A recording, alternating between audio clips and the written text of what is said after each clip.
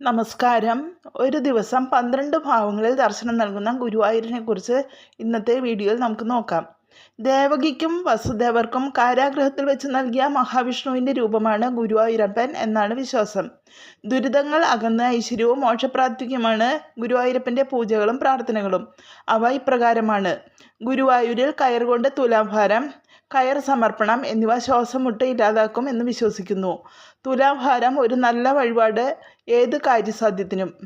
ശയനപ്രദക്ഷിണം എല്ലാ ദുരിതങ്ങളും അകറ്റി ഐശ്വര്യമുണ്ടാക്കും. സ്ത്രീകൾ അടിപ്രദക്ഷിണം ചെയ്താൽ മതി, സൽഫലം ലഭിക്കും. നിർമാല്യ നേരം വിശ്വരൂപമാണ് ദർശനം. ഈ സമയത്ത് ദർശനം നടത്തിയാൽ മഹാപാപനാശനമാണ് ഫലം. എണ്ണാഭിഷേക സമയത്ത് വാതരോഗ വിഘ്നനാണ്. ഗോകുലനാഥനായാണ് വാഗചാർത്തിൻ്റെ സമയത്ത് ദർശനം നടത്തുന്നത്. ഈ സമയത്ത് തൊഴുതാൽ ശാന്തിയും സമാധാനവും കൈവരിക്കുന്നു. ശംഖാഭിഷേക സമയത്ത് സന്താന ഗോപാലനാണ്. ധനാഭിവൃദ്ധിയാണ് ഫലം.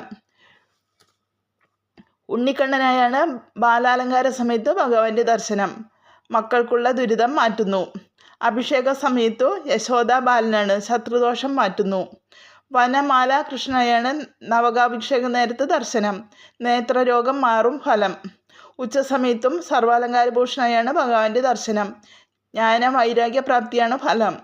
സന്ധ്യാസമയത്ത് സർവമംഗളനായകനാണ്. കുടുംബ ഐശ്വര്യമാണ് ഫലം. മോഹനരൂപനായാണ് ദീപാരാധന സമയത്ത് ഭഗവാൻ ദർശനം നൽകുന്നത്. ദീർഘ ദാമ്പത്യ പൊരുത്തമാണ് ഫലം.